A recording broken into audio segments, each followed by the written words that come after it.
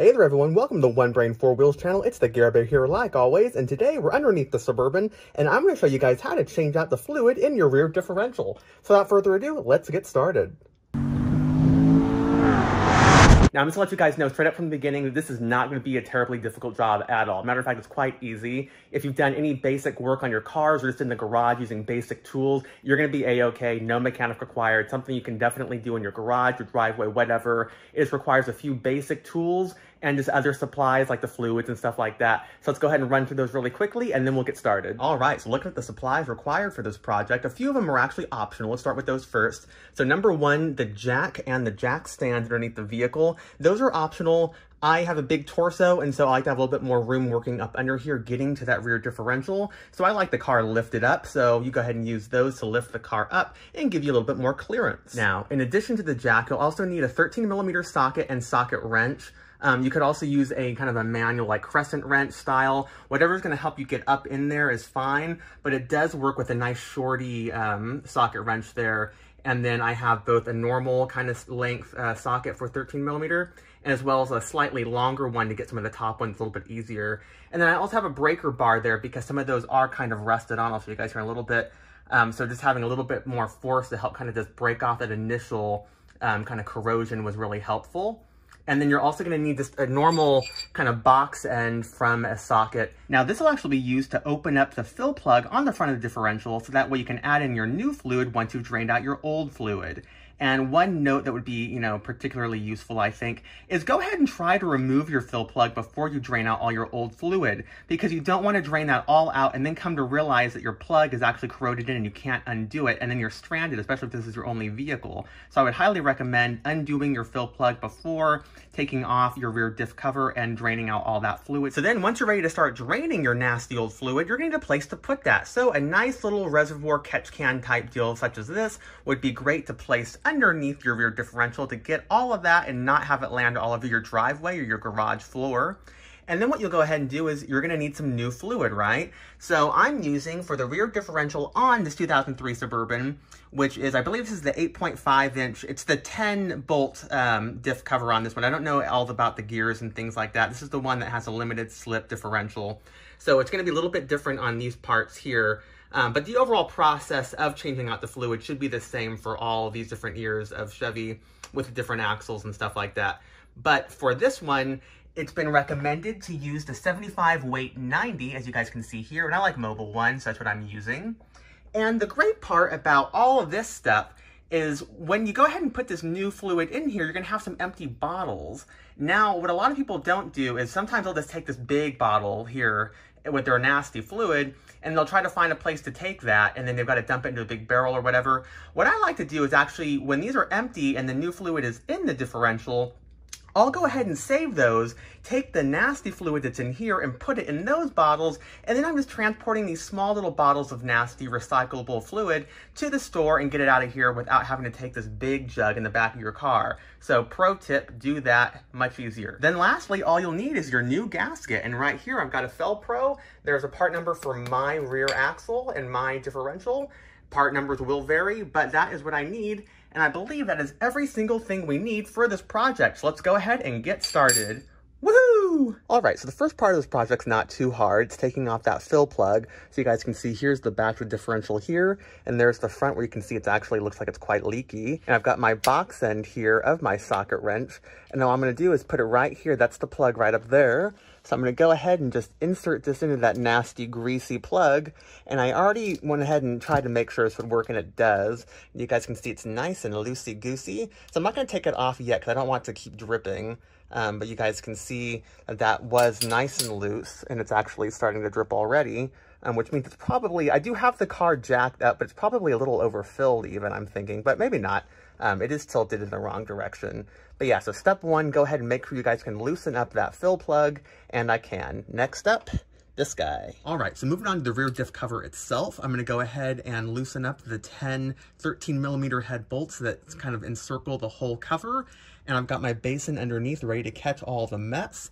And yeah, pretty much I wanted to emphasize, I'm going to loosen them all up first before removing any of them. That way I might get a little bit of oozing, but it's not, it's going to start shooting out all over my arm and stuff while I actually have to keep removing and, you know, maybe dealing with some stuck bolts. So loosen them all up first, then remove and make the mess. Okay, so we have all 10 bolts undone and the cover is still sitting up here.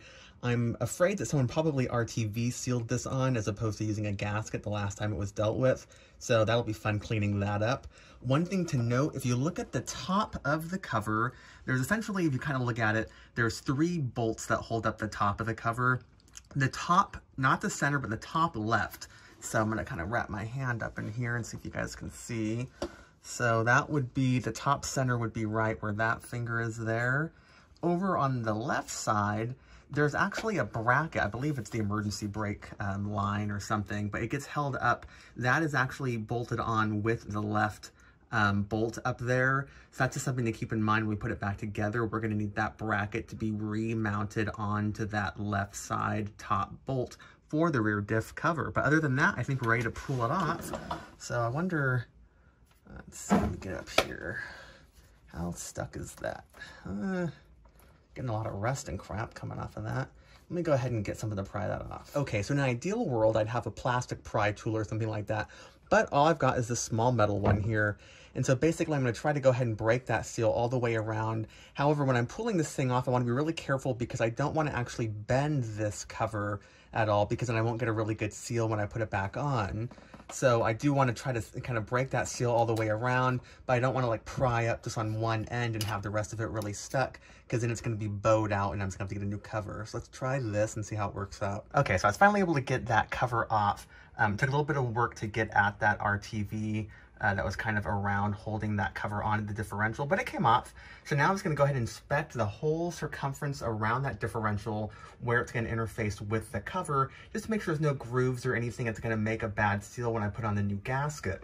And then I'm going to go ahead and use some brake cleaner to go ahead and clean up that area of the metal nice and shiny clean.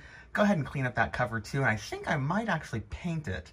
Because it is looking pretty shitty, and since it's off already, it'd be super simple to go ahead and clean it up and make it look nice. Also, I just have to say, as someone who doesn't really get into like the mechanical bits of the vehicles too much, I mostly do kind of accessories and things that, you know, are still a little bit mechanical, but, you know, require fixing, but nothing too technical.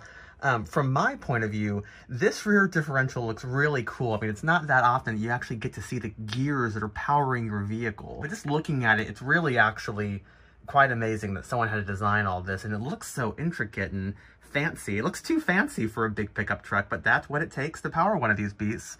And there we have it. Okay, so I finished going ahead and cleaning that mating surface of the rear differential with my scraper tool, and then later on with a Scotch Brite Pad and some acetone. You guys can see down there. And it's nice and clean, so now I'm ready to go ahead and put on the painted differential cover, and I can button this all up. Oh, and one pro tip I want to mention is when you're cleaning around that surface around the edge of the differential, you don't want any of that crap falling into your differentials. After watching a lot of videos online and forum responses for different people having suggestions and whatnot, I actually used a little bit of foil to go ahead and cover all the important bits of the differential, kind of shoved it around the edges there.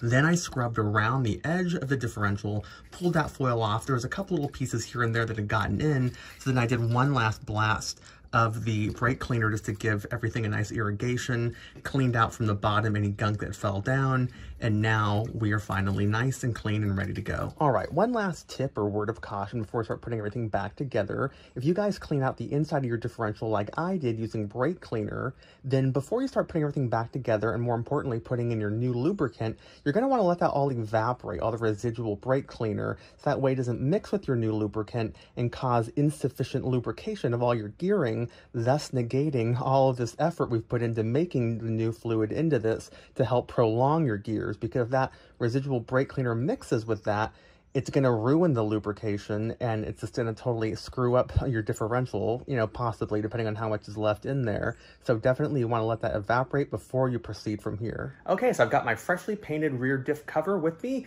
in a nice dark blue. That's what I wanted. To go ahead and prep it, all I did was used a wire brush attached to my drill to really clean off all that residual rust and dirt and nastiness, then wiped it down with some acetone, did a couple coats of primer specific for high heat applications, and then did this nice dark blue. This is actually technically a Ford blue, but I like the way it looks. I wanted something dark, but something a little bit different than black. So we've got that taken care of. And then on the inside, I went ahead and cleaned it up really nicely, got all the little metal filings that had accumulated on that magnet there. So keep it nice and clean when you put it back together. Well, I should say when you put this back onto the vehicle, because you don't want to, bring in any old dirt and nasty stuff into your clean differential. So go ahead and make this nice and shiny almost. And we're ready to go ahead and pop it back into place. All right, so getting ready to put the differential cover back onto the differential. You guys can see it's not a perfect circle, so it's pretty easy to line up where you put your gasket onto it. And then I'm gonna go ahead and put in just a couple of the bolts, probably 2 of them, that'd be easier, just to hold the gasket in place with the cover, and then put the whole assembly onto the differential. And I'm basically just gonna hand tighten all of them on and then go around in a star pattern, torquing them down eventually to 30 pound-feet. Each, or just really tight by hand. You kind of can feel for it if you've done it before. I have not, so I will torque them using a torque wrench. Oh yes, and one last thing, you're going to want that magnet there to be at the bottom of the cover when it's mounted on the differential. And also one thing you guys can kind of tell is this thing, it's not perfectly rounded on the bottom either. You guys can see on the left here, this side, the left, oopsie, you can actually see it's a little bit deeper down there, and that's to account for that one gear that goes lengthwise with the vehicle. It's actually the axle's gear versus the drive, the gear coming from the drive shaft. So you want to kind of orient this. It only goes in one way, essentially, to actually be able to fit everything into place. All right, so I just finished putting in all 10 of the bolts by hand and then tightening up to spec 30 foot-pounds using my torque wrench here. And, I gotta say, this looks really cool. It's nice to be able to get a visual upgrade as well as getting some maintenance done all at the same time. Obviously, it won't be as visible as it is now when I'm not on the ground and also when the truck isn't on jack stands, but it's still cool just to have a little bit of, personal touch to it.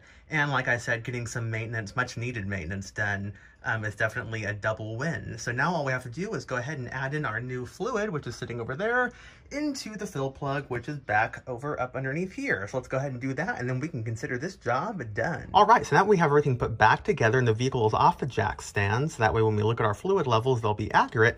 It's time to actually add our fluid. So make sure you've got your fill plug out of the way. Go ahead and put your fluid in. This is really convenient if you've got bottles like this, but if you've got a different type of bottle, you could use a manual pump as well. Whatever gets that fluid from the bottle to the differential is going to be perfect.